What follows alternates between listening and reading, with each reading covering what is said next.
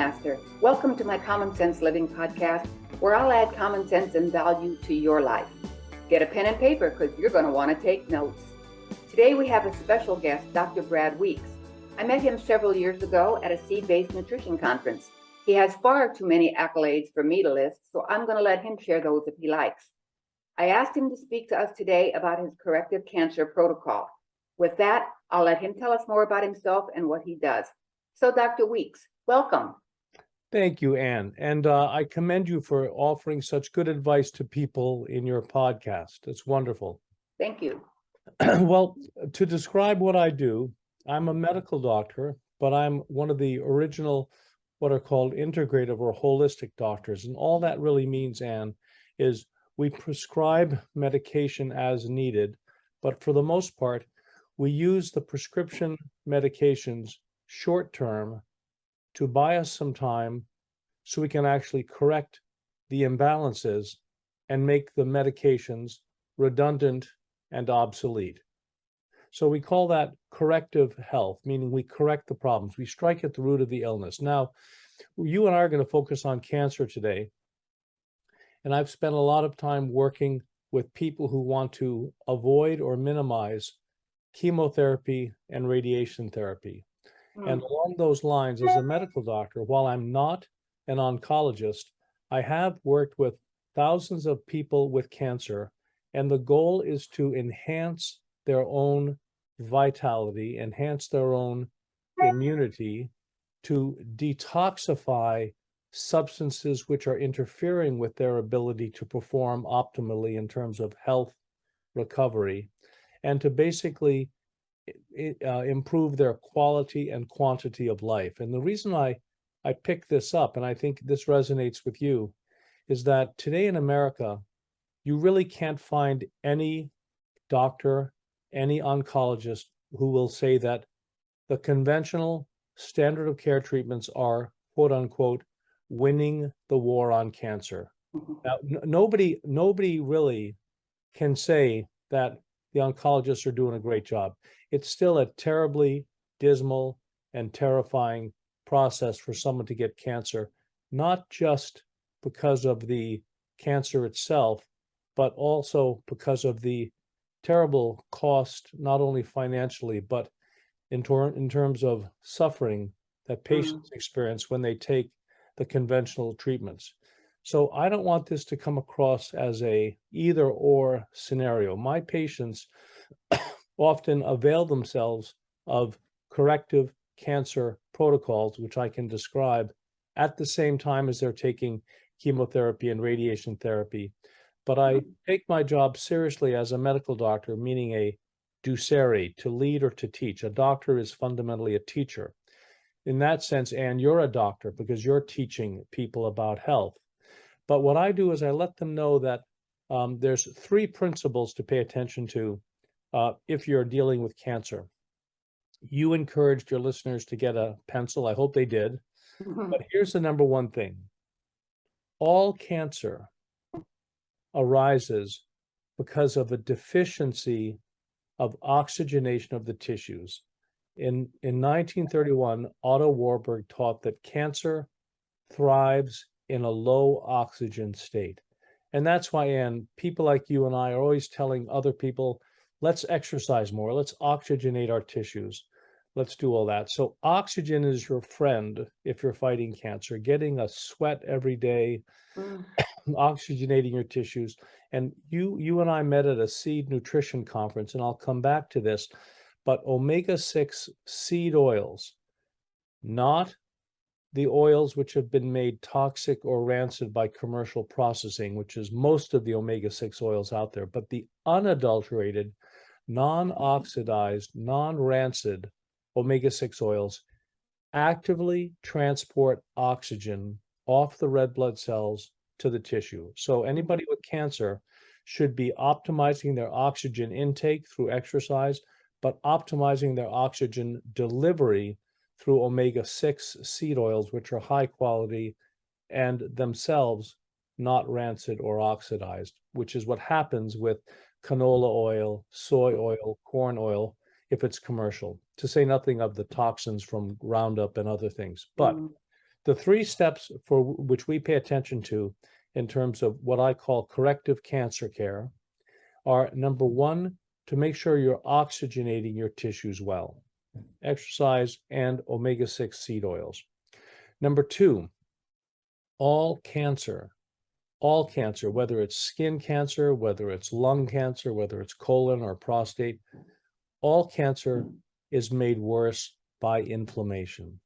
And everybody has inflammation. Yeah, and some people continue to inflame themselves by their choice of foods, like, for example, dairy, even if it's organic and whole dairy, is very inflammatory.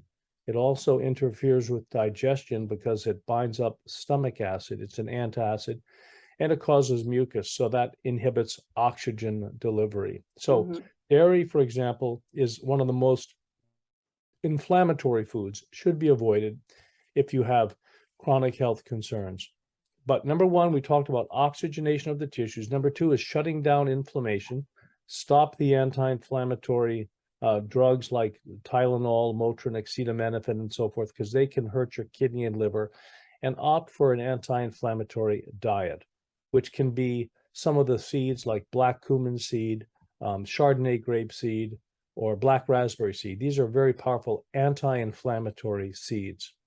So inflammation drives all illness, but as regards cancer in particular, inflammation is the mechanism. For example, metastasis, or the spreading of a cancer, is essentially an inflammatory process.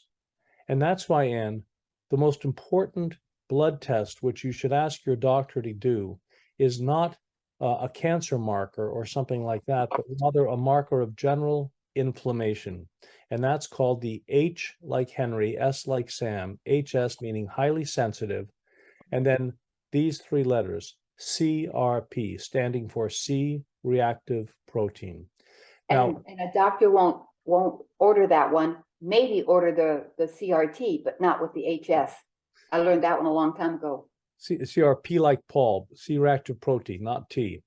Now, the concept is, I tell my patients, never let anybody take any blood from you for any reason unless they will add on the C-reactive protein, because inflammation drives all chronic illness, and in particular, it drives people with cancer. Now, the range in America is 0 to 3, and my cancer patients, Anne, they're up in the hundreds or 200.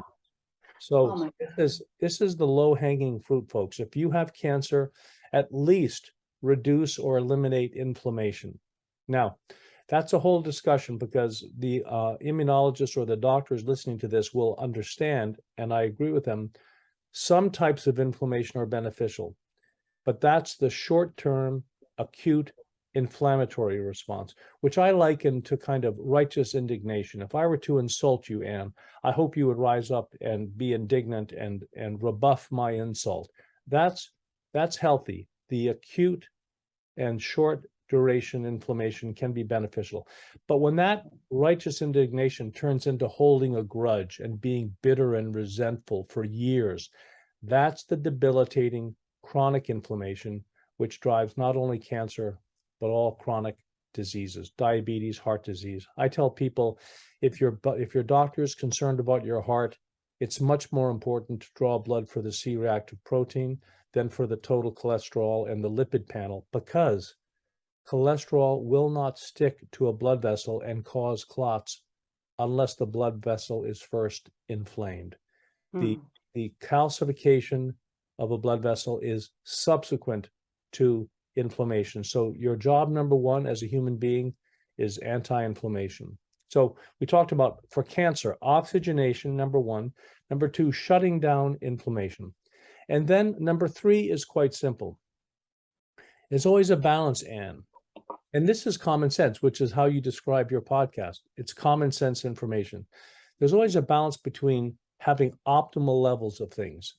Now, you can have too much mercury, too much heavy metals, too much pesticides in your food. You want to reduce the toxins at the same time as replenishing what you're deficient in. For example, in cancer, you want to reduce the sugar, increase the chromium, increase the selenium. Make sure you have the nutrients you need, because fundamentally, and we have all inherited an extraordinary instrument called the human body, which is in Psalm 139 in the Bible, we are fearfully and wonderfully made. And what I mean to tell you is that everybody listening to this podcast is designed to be healthy, is designed to heal. The body has a huge, huge momentum towards health. And the concept is, if you just give the body what it needs in terms of optimal nutrition, then the body will heal itself. This is typically our most strategic move for patients to recover health, is to help them, number one, oxygenate, number two, help them have adequate anti-inflammation in their diet, but number three, replenish what they're low in and get rid of the stuff they're toxic in. That's what I call corrective, or correcting the imbalances, corrective health, or specifically for our cancer patients, corrective cancer care. Now, just to preview the solution here, you and I, Ann, for years have enjoyed eating whole, pressed, ground up seeds. Now, eating seeds is one of the smartest things you can do, because the seed of any plant, an apple, an orange, a papaya, is 30 times more nutritionally dense, gram for gram, than any other part of the plant. If you eat the root, if you eat the fruit, if you eat the leaves, you're getting 20 times less nutrition than if you eat the seeds. Now, I'm not talking about chewing up the apple seed, because you won't digest and absorb that. And you have a website you can share with people where they can buy organic ground up seeds, which are cold pressed and sweetened with 5 carbon sugars, which are sweet but lower the blood sugar. And it's a fabulous way to eat seeds, which is the best way to optimize your nutrition. Seed nutrition is the revolution in nutrition, because the seed is the most nutritionally concentrated food on earth, and also gives you the most energy, because the seed is a lot like a battery. In fact, the seed is really where the plant stores energy. The biochemists who are listening to this understand that the seed is where the oil in the plant is stored, and oils always have more double bonds. It means that they carry more energy than other parts of the plant.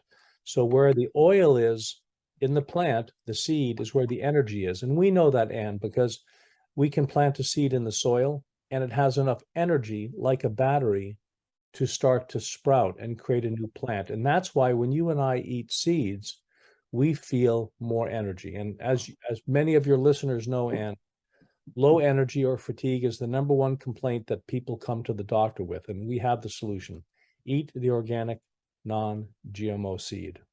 So I wanted to make that introduction. Cancer care is relatively simple. You want to try to help people be strategic and not fearful, because fear shuts down the immune system. So you want to get a good strategy. You want to oxygenate your tissues.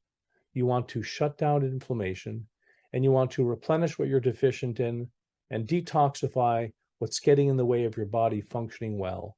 When you eat the seeds, you get the most nutrition and the most energy to feed your mitochondria, so your mitochondria can clean house. Do you or your listeners, do you think, have any questions, Ann? Is that straightforward? Well, I like to explain to people, as a gardener, you plant the seed, and here's the seed. I equate it to the egg of the human. Here's the seed and the baby egg, okay? It's got all the DNA, everything it needs to grow and be healthy. So you plant or fertilize the egg and plant the seed. Now you got the roots. The egg grows. Now we'll forget about the egg, because that grows into a human. But the seed grows. It's got the roots, and then it's got the stem, and maybe the stem gets hairy, and it gets leaves, and then it gets flowers, and then it gets a fruit. All that DNA that was in this little seed is now diluted. So you come back to the root of the seed being dense in the nutrition. Yeah. I like to look at it that way. And you also pointed out the seed is full of DNA, and that's important, because there's a science which people know very little about now called transgenetics, which is the science. You could Google transgenetics. It's the science of the human being being able to absorb and utilize from the food that we eat, not just proteins, oils, and carbohydrates, but we also can digest and absorb and utilize DNA fragments, genetic material. And so when you and I are optimally nourished, we have plenty of what I call genetic spare parts, DNA that we absorb from our food, which can help buff up our own double helix, our own genetic process. As we age, one of the definitions of aging is because of inflammation, our genes don't replicate as accurately. So instead of replicating blonde hair, they start replicating white hair. Or instead of replicating less fat cells, they replicate more fat cells, depending upon things. So you want to always be enhancing your own genetic expression, and you want to have spare parts, genetic spare parts. When you look at the seed, it's really an embryo taking genetic material into the future. So excellent for people who are dealing with cancer to eat the whole crushed organic non-GMO seeds. And the reason you and I know that we have to eat the organic seeds is your listeners have heard that the seed naturally bioaccumulates or concentrates nutrients 30 times more gram for gram. This is Dr. Lucy Yu's research at the University of Maryland.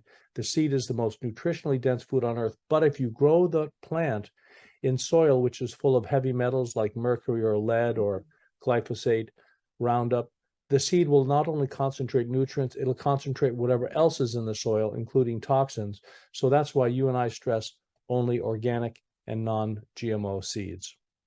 Well, it comes back to the basic before food was manipulated. Yeah. There's a website, or an app, I should say, called Clubhouse, and a friend of mine, Marie Beecham, told me to get on it. And so I posted something that was food then and food now. And it was when Rockefeller came in and he told all the medical schools, if you want my money, you got to stop teaching holistic and you're going to go with chemical, basically. And now we're where we're at with toxic food, and it's just getting worse. You know, there's a lot of our history which is confusing, but we all remember. Well, we're experiencing presently the forcing of his will upon the American people by Bill Gates, people of the world. But that's a history, because as you mentioned, Rockefeller with the Flexner Report came out and shut down a lot of the traditional medical schools and said, we're going to go with oil-based pharmaceutical products from here on out. And that was just one man dictating that. But as you may not know, I heard that also our period of prohibition in America was actually created by Rockefeller, because what happened was Henry Ford was selling cars and engines and trucks which ran on alcohol, and farmers were self-reliant, self-sufficient. They could grow the corn, make the ethanol, and run their tractor. But you see, Rockefeller was upset that Standard Oil wasn't getting all that gas, so he said to Ford, "We need you to not make any more alcohol receptive engines, just gasoline engines." And Ford said no. So the story I heard, which I certainly can't validate, is that Rockefeller was able to stimulate a lot of anti drinking sentiment for creating prohibition, and now it was illegal for the farmers to make alcohol to run their engines. So Henry Ford knuckled under and said, "Okay, I'll make just gasoline engines." So you see, we as the people, we have to be alert, and we have to be thinking, and we have to be standing up for our rights, I believe. Well, that's why my common sense living, that's why I named it that, because most of us don't have common sense. And this is an issue presented, just like you just said now, there's going to be people that will deny, but common sense to me is, well, does it make sense? So you follow the money, and money gets you right back to where we're at. Yeah, that's always a very smart strategy, is to follow the money. But Anne, here's our challenge nowadays. You and I endorse common sense for the very reason that we logically expect that if you teach people to have common sense, they can make their choices. What we're lacking in America nowadays is more freedom of choice. Even if Yes. you have common sense, we have our options being taken away from us. Like, for example, when I give lectures about seed nutrition, I contrast the benefits of seed nutrition with prescription patented pharmaceutical drugs. And I want people to understand that there's a role for medications, for prescription drugs, but the prescription drugs never cure the problem. They simply suppress the symptom, which is beneficial. You can increase comfort and reduce suffering. You can suppress the symptom, but you're really kicking the can down the road. You're not fixing anything, which is why you need to get more drugs the next month and so forth. But the option is to actually optimize people's biochemical functioning by optimizing their nutrition and detoxifying and delivering oxygen and shutting down inflammation. And then the human body can actually cure itself. The Right. seeds are not drugs. The seeds do not treat illness. They do not cure people. They simply optimally nourish people.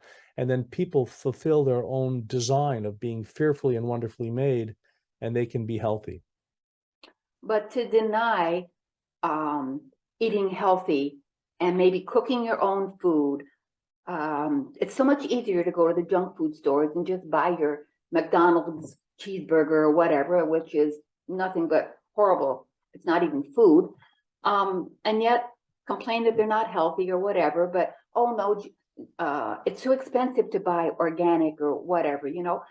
Well, they don't realize that paying here and paying a little bit more, ultimately, well, because insurance will pay for their medications, but they feel awful. You know, they're sick. Mentally, they're not sharp, or they're obese, or they're just a sluggish body. They're not feeling optimal, but they put more value on the quick solution of feeding their tummy rather than buying the healthy food. I put it out there with seed nutrition that I want to buy it as a prepping, because I know, and I even had said, I may feel hungry because I don't have the volume of food in my belly, but I've got the nutrition of the food in my belly. So although I may be hungry, I know my body is being nourished. And I think that's more important than the volume of food.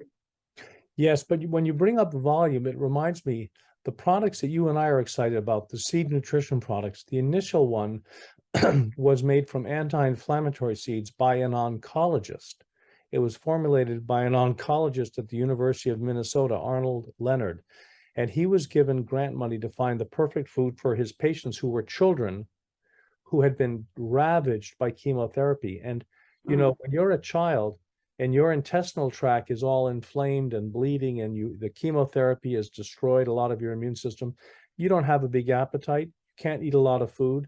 So this oncologist was very wise, because he said, I need to nourish these kids, but if I give them ground up seeds, it's only a little quantity, but a huge amount of nutrition. Right. And at the same time, he said, if I'm going to feed them seeds, why not also feed them the anti-inflammatory seeds, the black cumin, the black raspberry, then the Chardonnay grape.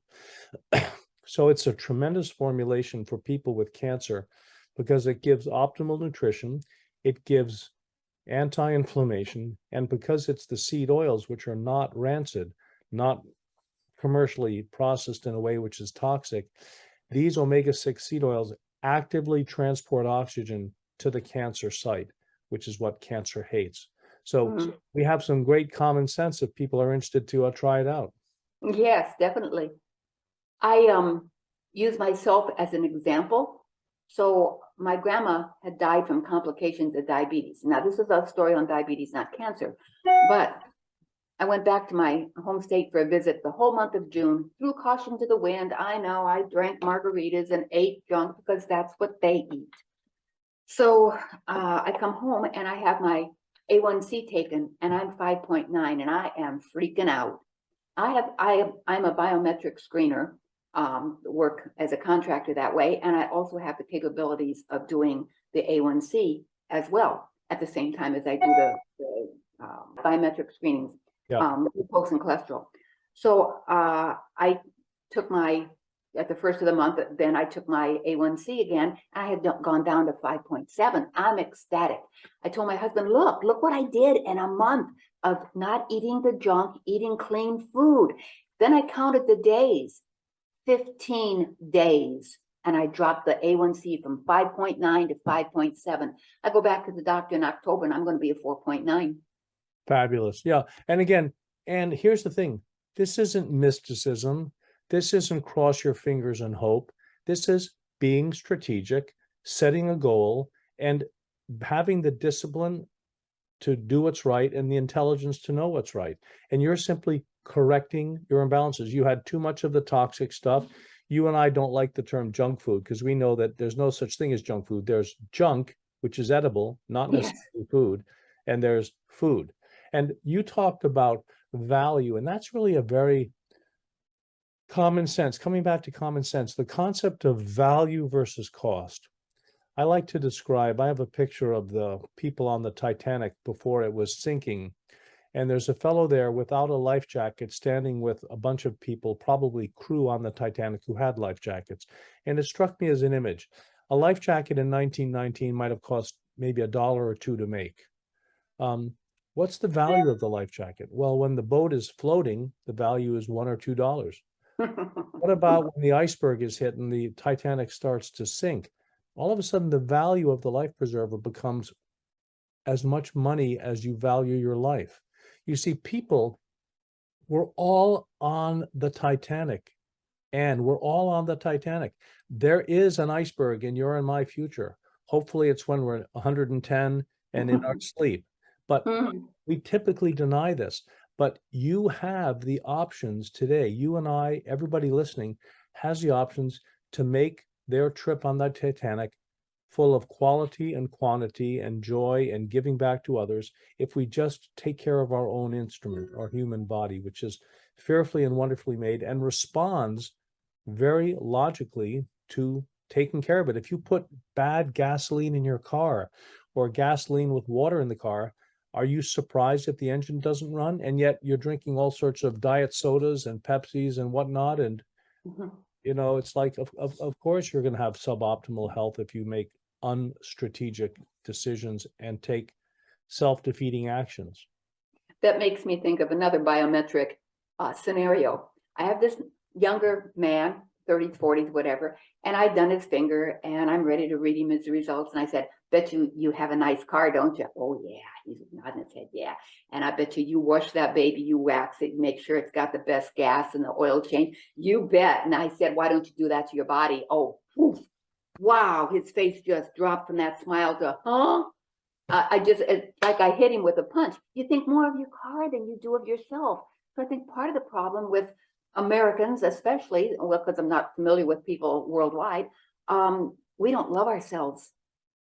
Well, I wonder, Anne, I wonder if you and I started a nefarious ad campaign. Hey, everybody, put some water in your gasoline for your car.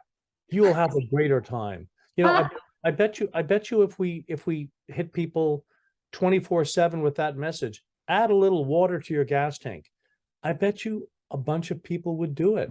Of course. And even when things got bad, because people are so susceptible to the programming. I mean, I like to acknowledge the fact that evil in the world does not surprise people. Evil says what it's going to do and simply seduces people. So nobody can ever say, I was tricked.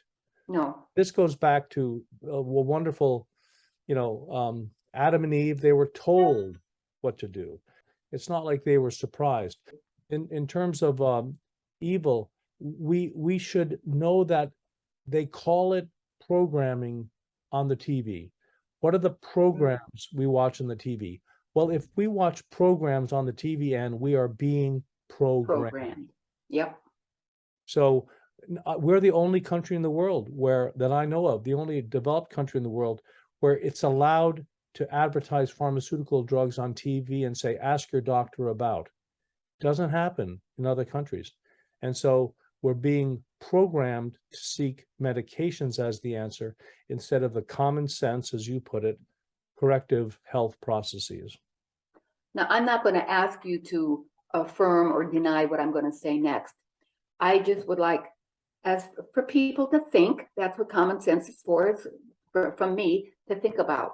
So what I'm going to say next is, when I lived in Iowa, I knew, and he is deceased now, but I knew a really nice man, and he was a pharmaceutical rep.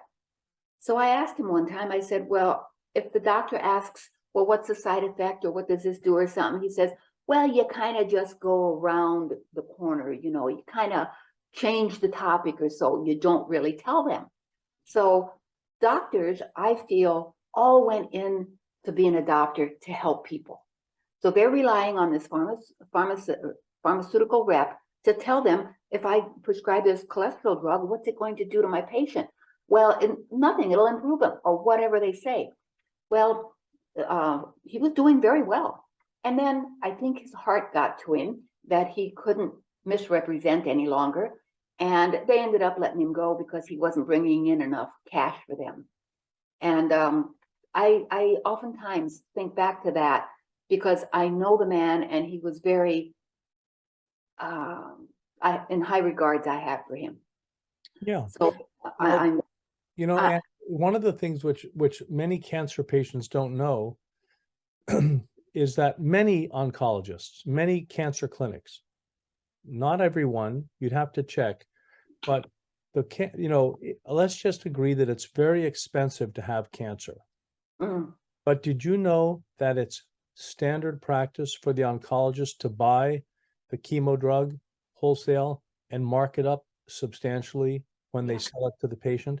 To me, I don't object to that as long as the patient is informed. But if the patient thinks that the doctor has their best interest at heart, and yet the doctor's marking up the chemo drug, 400-fold, that's a little bit of a disconnect. And I appreciate people like your friend whose heart, as you mentioned, gets to them, and they decide to do the right thing to be able to look themselves in the mirror instead of continue to take advantage of people. right. When I was in nursing school, and I graduated, and then 3 months later, my father was diagnosed with glioblastoma. And he was a very smart man. He was ahead of his time on everything. And he refused to take any treatment. And the doctor was really rather upset. Well, they put him on a steroid for a while, and he really improved. And then they took him off because, it's too long, it's not healthy. The steroid, just to clarify for your listeners, is an anti-inflammatory drug. Well, and that's why it worked, and it shrunk the tumor. Yeah. But then they pulled him off of it because he was on it too long, and we don't want to complicate issues, whatever. So he died like about a week later.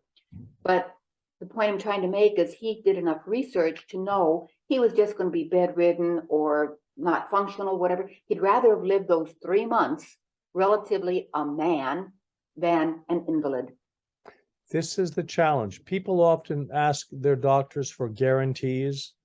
Very hard to have a guarantee, obviously, but we strive to increase not just the quantity of life, not just the quantity, but the quality, because we're all taught in kindergarten, it's not whether you win or lose, it's how you play the game. And really, we understand that quality is often more important than quantity.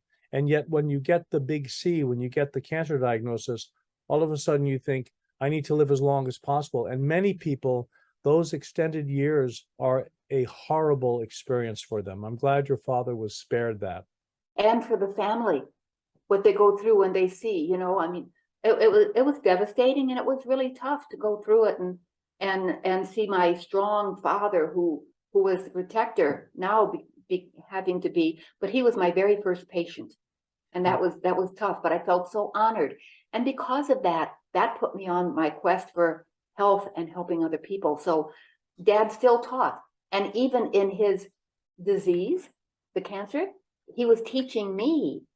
And that was, to be so intimate as a caregiver for your father. I mean, he had a condom catheter, that kind of thing. And, your father-daughter relationship in that respect, but we were both smart enough to know he's the patient, I'm the nurse.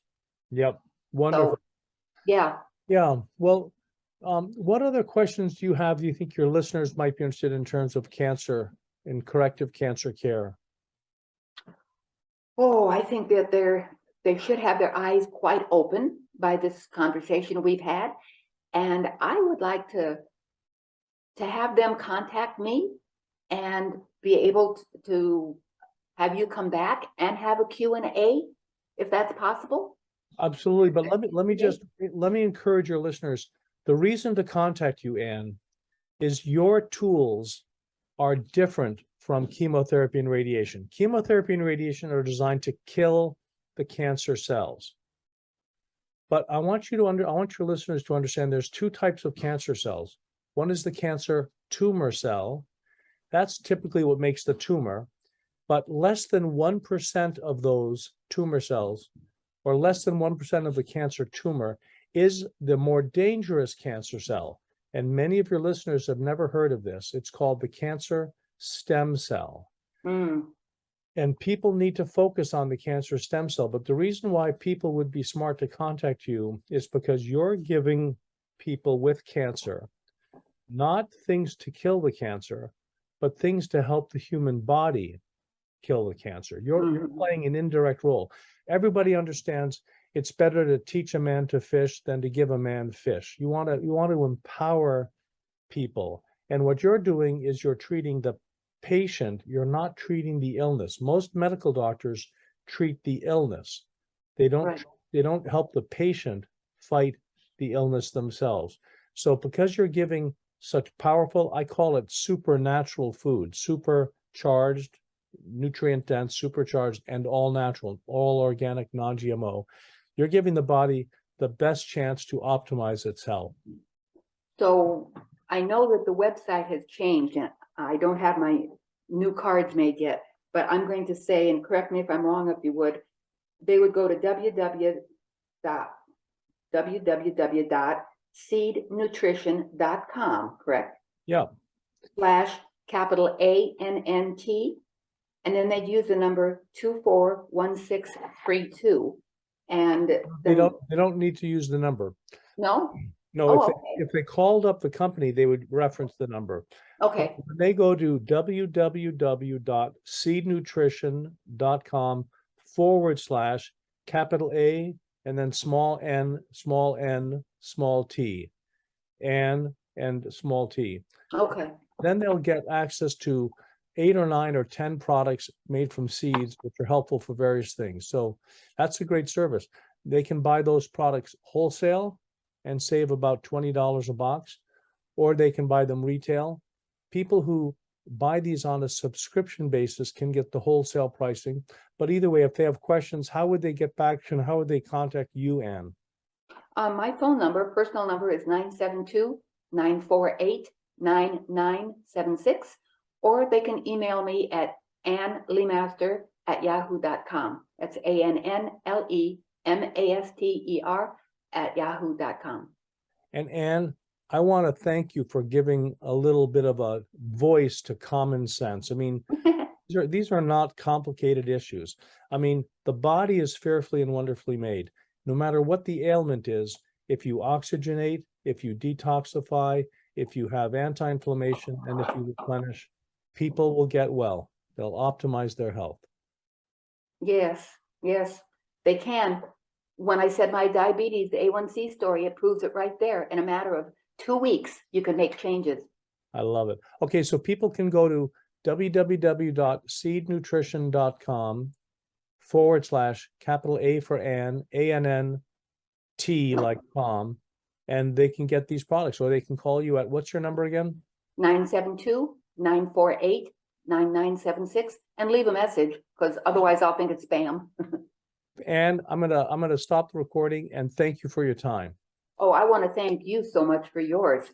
And I hope people really learned a lot today. So thank you so much, Dr. You're welcome. Thank you for tuning in to my Common Sense Living podcast today. I hope you enjoyed it, and I'm sure you learned something new. Please leave a kind review and share this episode with a friend. And be sure to subscribe yourself. You'll find me on iTunes, Spotify, and other platforms. And don't forget, we'll be here again next week with another insightful episode of Common Sense Living. I can hardly wait.